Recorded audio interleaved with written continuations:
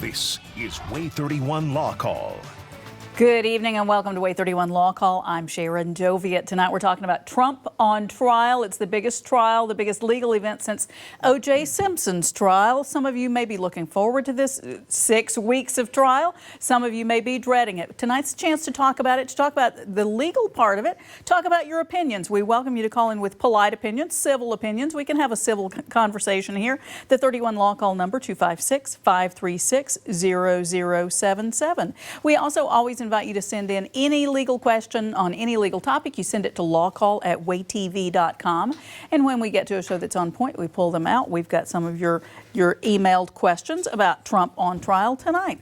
Will League is here from Timberlake, League & Brooks. Good to have you here. All right, Sharon. Talk about the Trump trial. Ooh, it's going to be 6 weeks. It's going to be amazing. If you love the law, if you hate the law, it's something to watch. Right. That's right. You know, there's a lot of charges, but the two main charges are falsifying business records. Okay. And then the next question is, was there an intent to have an effect on an election?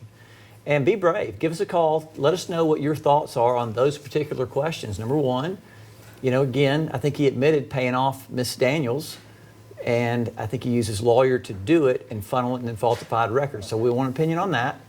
And also whether or not you think the timing of that payoff was an intent to affect an election which was coming up months after that particular payoff. And, you know, Sharon, it's a criminal trial. You know, potentially fines, probation. Could be jail time. Jail time. And so it's a serious thing for the president.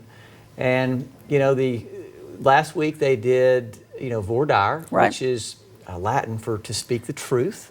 So what is that actually? For folks who are not lawyers, what is the voir dire? So I'm a Southern guy. I say voir dire. Some people say voir dire. Yeah. And so basically it's where you question the potential jurors. And the process, the judge allows the prosecution and the defense to have time to question each particular juror on what their thoughts, feelings are about the issues that's going to come before them if they're selected for this jury, to make sure that the jury can be fair to both sides and be impartial. And you saw a lot of social media content that they were questioning them on, their past posts, anything that what their opinions are regarding former President Trump, and can they be fair and reasonable. And a lot of people were struck, said, look, I can't be, my opinions are too strong, I can't set those aside. And that's the process working, because you want people who can give a fair shake to both sides. You want them to speak up. We've had callers calling in. Some people want to go on air, some people don't. Somebody calling in saying they're just doing this to delay his ability to go campaign. We'll get to it. Call in the 31 Law Call number 536-0077.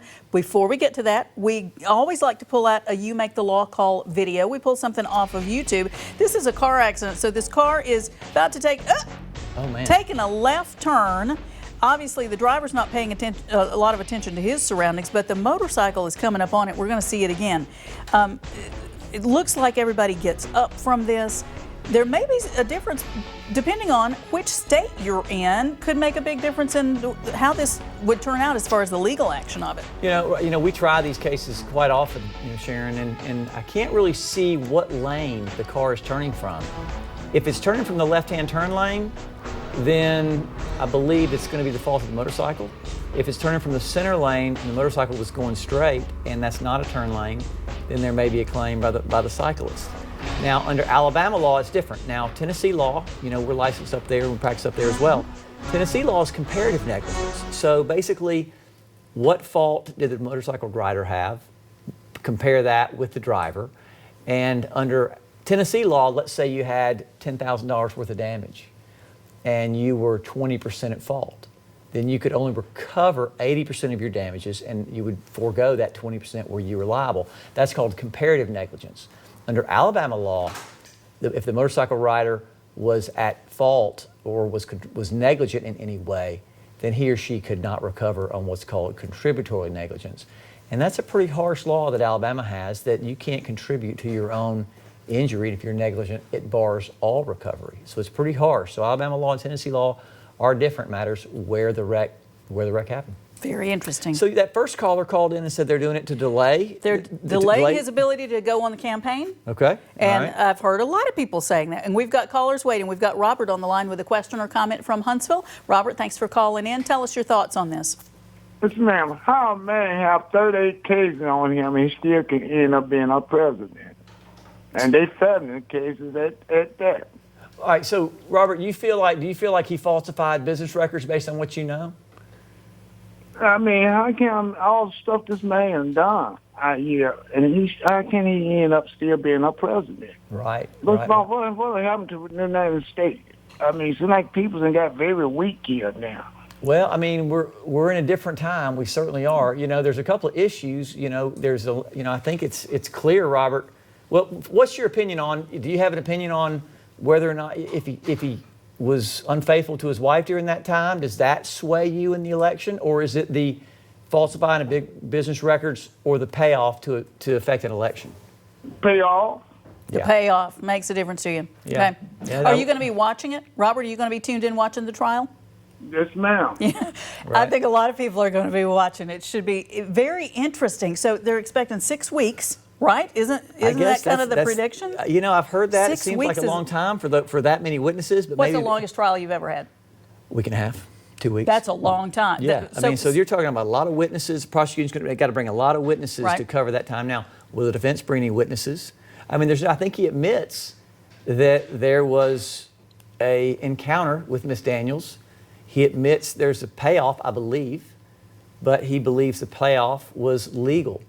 And he's also claiming that it was not done to affect an election. So I think the difficult part for former President Trump is going to be the timing of that particular payoff. It happened a few months before the election, and I think the encounter was way before that. So the timing is going to be difficult to show that he was doing it just because to get her silence. I've heard people say his argument would be that he was just doing it to protect his family, keep private secrets private, that it wasn't to affect an election. Right. You know, if I was his lawyer, I think you'd have to go with that argument that, hey, you know, we want to keep things quiet to protect his family. Given the timing, that's going to be the prosecution's biggest point, is why is he doing this right before a big election? And I believe his former lawyer, Cohen, Cohen. He's coming in to testify that that's exactly the reason they're going to do it. Now, he pled guilty to a crime. Yeah. They're going to hammer him on cross. Why should we believe you? Yeah. You're convicted, or you're an admitted liar. And so that's going to be a problem for the prosecution. But again, that's going to be the evidence, and it's going to be a tough case for the former president. You know, there's 2 lawyers on the jury. Now, when you're picking a jury, so that's part of what. Now, Right. I do family law cases. We don't have juries. It's just to the judge. You do jury trials, Right. And it's very important to you who you pick, right? It is. Would you want lawyers on your kind of cases? It depends on the kind of case. Okay. And sometimes it's beneficial to have lawyers to explain to the jury or their fellow jurors the jury instructions as to what exactly are the claims and what are the legal elements to prove that claim. You know, and the judge and the lawyers will beg and plead with the jury, do not consider things outside of what came from the witness stand, because a jury is supposed to decide the case on what comes into evidence. One benefit to having a lawyer on the jury is when the jury starts going, well, my grandmother had this or my cousin did this, they can reel them back in and say, look, the judge told us only decide this case on the evidence from the witness stand. Now, you can bring in your common sense and your daily life experiences, but when you start getting too far outside the bounds of what the evidence shows, lawyers are trained to look at the facts and apply them to the law, and that may help depending on the type of technical case. If it's really technical, a lot of times I want a lawyer on there. Okay.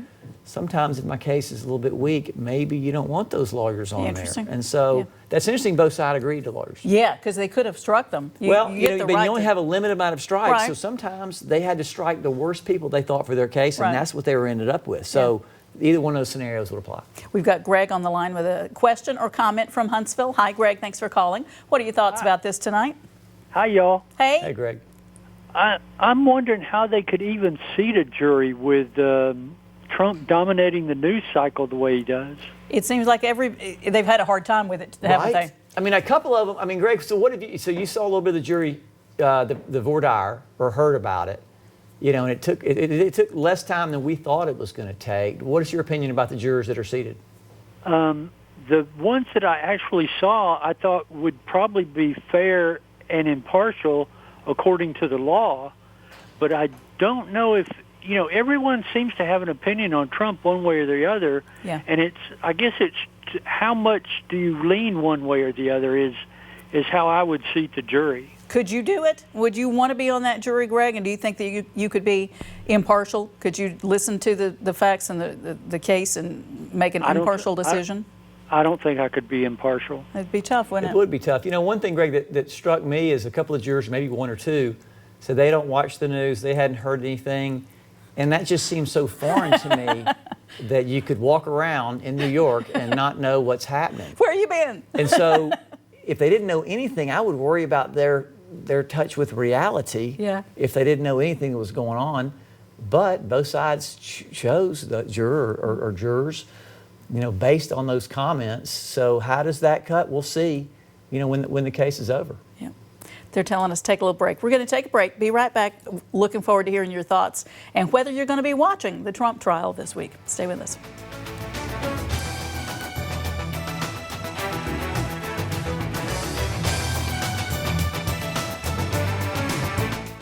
You're watching WAAY 31 Law Call. Your rights, your calls, live. Presented by the Tennessee Valley's award-winning personal injury and wrongful death law firm, Timberlake, League & Brooks. Featuring the knowledge and experience of Attorney Michael Timberlake, Attorney Will League, Attorney Heath Brooks, Attorney William Maservi. And hosted by broadcaster and family law attorney Sharon Doviet. This is WAAY 31 Law Call. Welcome back to 31 Law Call. I'm Sharon Doviet here with Will League from Timberlake, League & Brooks. We are talking about Trump on trial. The Trump trial starts tomorrow, opening statements tomorrow. A lot of people are going to be watching, going to be very interesting. We've asked your thoughts, your opinions. If you can state them politely, civilly, we want to hear what you're thinking. And we've got Brian on the line with thoughts from Moore's Mill. Brian, thanks for calling. What are you thinking about this?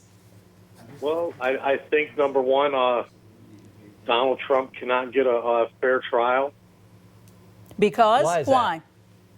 I just don't think that there's anybody that on the face of the planet that's never heard of Donald Trump. I think everybody's got political views. Yeah. And I think this is all a big scam by the Democrats. I think they want to get him put in jail before November because they know that they can't beat Donald Trump one-on-one with Joe Biden. I mean, look at the economy, look at the gas prices, look at thousands of people are crossing the border illegally every day, and you want to put that up against, are you better off 4 years ago than you are now? Right, That's and all I mean, those I'm are your political opinions. I hear you. The borders, it's a mess. It needs to be fixed by whichever party.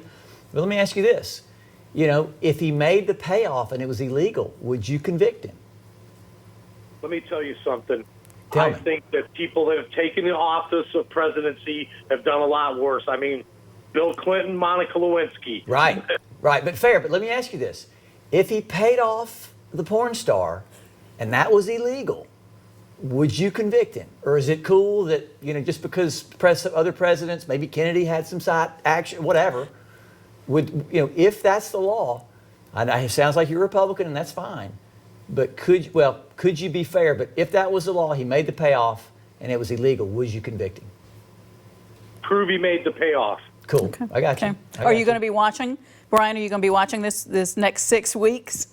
No, I could care less. I think America could care less. I think all it boils down to is we'll see you in November. Hey, let me ask you last question. Does it affect you one way or the other? Let's say Kennedy had an affair going with Marilyn Monroe. Yep. Does it bother you one way or the other whether or not he had an affair or not? I don't care what you do in your bedroom. Do you care what I do in my bedroom? I don't. Gotcha. I don't. Absolutely. Fair Only enough. thing I care about is the economy and the way the border's going right now and gas prices. I don't care about anything else. Good. I Yep. care about my wallet. Yep. Got you. Thank you, Fair Brian. enough. Appreciate it. Okay, Chris wrote in this email. In your professional opinion, which of the upcoming cases against Donald Trump looks to be the strongest / most likely to result in a conviction, and which looks the weakest? Okay, so there Okay. are several different things. I think the others are federal cases, right? And this one's a state case, so he can't pardon himself right. off of this one. So that may be something. So of the three, you know, the falsifying business records, I mean, they're there, it's concrete. I think if the question is which one's the strongest, okay. I think the one this next week is going to be the strongest based on the testimony they're going to have. Okay. They're going to have checks where he paid Cohen, where Cohen paid off Miss Daniels. They're going to have testimony. They're going to have the business records. They're going to have the law that shows it was falsified. So I think that's going to be the strongest case for the prosecution. The second strongest would be the classified documents. Okay. He's in possession of them. They have, you know, the law is clear. You know, there is a defense. You know, can he think about declassifying a document? Does that make it not a crime? So that's second. The tough one's going to be the most difficult would be the Georgia case when he's talking to the AG about finding the votes.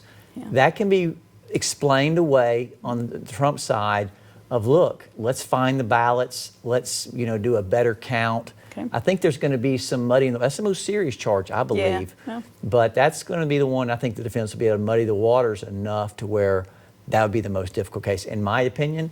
But, you know, we'll see. Maybe that case will never get tried. You know, if he's president, I think that case is going to go away. And so there's a lot of time in between now and that particular case. We've got Dan on the line with questions or thoughts from Winchester, Tennessee. Dan, thanks for calling. What are your thoughts tonight?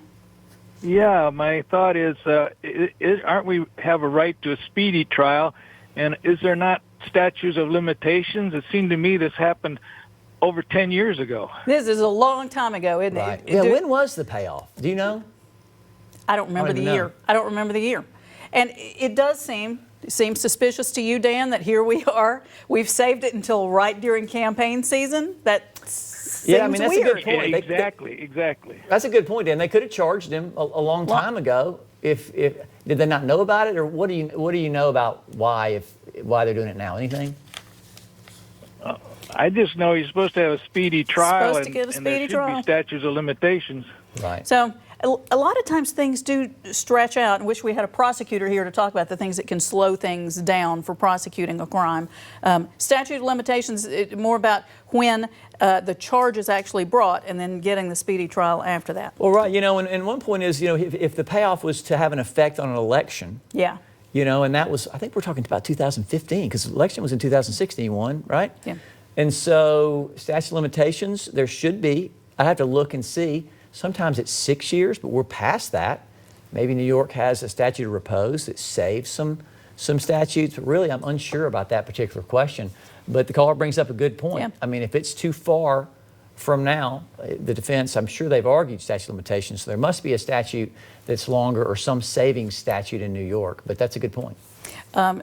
Opening statements tomorrow. Okay, what should we see in opening statements? You do opening statements for your kind of personal injury cases. We do. We don't do those for family law cases. I mean, sometimes the judge will ask you, what are you looking for here? But we don't go into big long something. Well, you want to give a jury a snapshot or an idea as to what you intend to prove in the case. And the judge will rein the sides in about arguing their case. It's not a time to argue.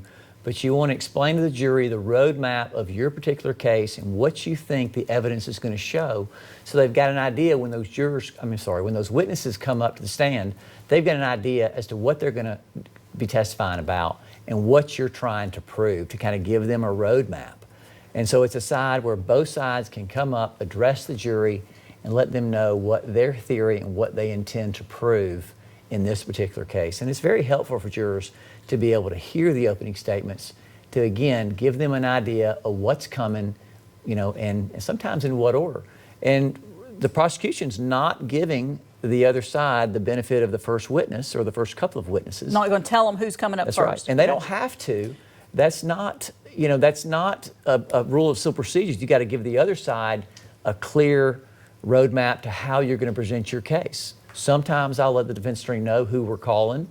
Sometimes I won't, depending on what type of case it is. But again, the order in which you call witnesses and the way you display and lay out the evidence has an effect on the jury. And so there's a calculated reason as to who, when, and why you call in what order. And I believe the prosecution mentioned that they weren't given this information so the jurors wouldn't, or the witnesses wouldn't be intimidated or attacked. Yeah. And maybe that's true. Maybe it's they want to keep their cards close to their vest. payoff may have been in 2016 is what we're being tipped That's off right, on. because in November 16 was the election, so it was right before the election. So the timing is going to be difficult for the former president. Let's talk a little bit about when we say a trial lawyer. A trial lawyer, some of the different things that go into this. So this is a criminal case we're watching. Right. When somebody says their family member is a trial lawyer, what does that mean? Well, a lot of lawyers do, tax, bankruptcy, things where they aren't required to try cases and go in front of a judge or jury. And so typically trial lawyers are lawyers that take on cases that oftentimes are tried. Now, let's face it, a lot of the cases are, if they're filed, the majority of the cases are settled. If the lawyer's doing their job right and you prepare the evidence, the lawyers can get together and hopefully determine what the likelihood of this particular case is. And a lot of cases are handled in mediation. If that fails, then you try it either in a bench trial with just a judge or a jury. And so trial lawyers are, like the definition says, who try cases, and that's part of their routine and part of their practice. We got this email question from Sonia, or comment. If he ends up going to jail, would Donald Trump still be able to run for president? Okay, if he got convicted and he's got jail time, you think he'd be able to serve as president? Wow, what a question. I can't believe we're even answering a question like that. But so let's say he does get jail time. I mean, there's going to be a conflict between the Secret Service and the particular jailer or wherever he would be housed. Yeah. And so the Secret Service is charged with keeping that man safe. And so that's going to be a weird or unusual interplay of the Secret Service and, any type of Department of Corrections. It's unlikely, but it's just a crazy world that we're even talking about that. Could he run? I think he could. I don't think that disqualifies him from being on the ballot.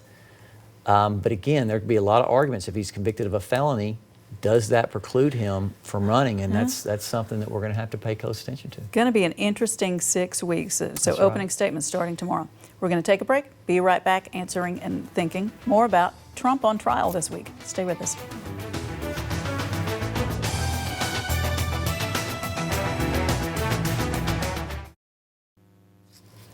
If you didn't get your questions answered tonight, here's how to get in touch with Will League with Timberlake League and Brooks in Huntsville, 256-536-0770 or 800-804-2502. They are personal injury attorneys, so that's everything from auto accidents to nursing home negligence. And the website, law-injury.com. If you like them on Facebook, you can learn more about the law that way. And Sharon Doviet, family law attorney, 539-7337, SharonFamilyLaw.com. Child custody and divorce. Thank you very much. You went to an event, a sad event. Sad day for Alabama coming up. Birmingham Southern. Michael Timberlake, my partner, and mine. Alma Mater, Birmingham Southern. Aww. That's our soccer. I went down there, went to school. It was the Ivy League of the South at one time. Yeah. Played soccer down there. That's our last alumni weekend. Just happened yesterday. And it's a sad day. This college has been going on since 1856. Wow. And, all you hilltoppers out there, are saying is forward ever. And it's a sad day for the Alabama to lose such a wonderful institution. And they're closing their doors next month. And to all you hilltoppers out there, hang in. And it's a sad day. And we're just as sorry as we can be. The school could not be saved. A lot of successful folks came out of there. That's right. Thanks for your calls and questions and all of your comments tonight. Very interesting. We'll be watching the Trump trial this week. We'll see you next week.